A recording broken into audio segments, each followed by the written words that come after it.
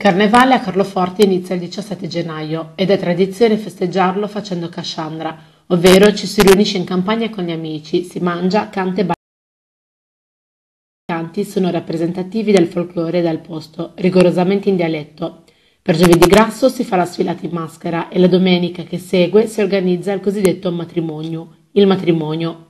Nonostante sia una maschera, si cerca un abbigliamento da cerimonia, usando vestiti presi normalmente in prestito dagli armadi dei nonni.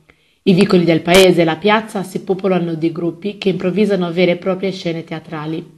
Viene fatto il matrimonio, il corteo e dopo la festa in piazza, con musica e balli ed il lancio del bouquet. La chiusura del carnevale, dopo Martedì Grasso, segna la fine di un periodo di festa. Viene fatto un fantoccio ed un corteo. L'atmosfera è quella della domenica precedente, solo che i vestiti sono neri.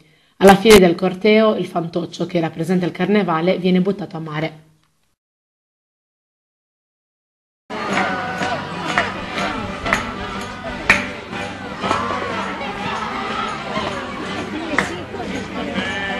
4 paesi,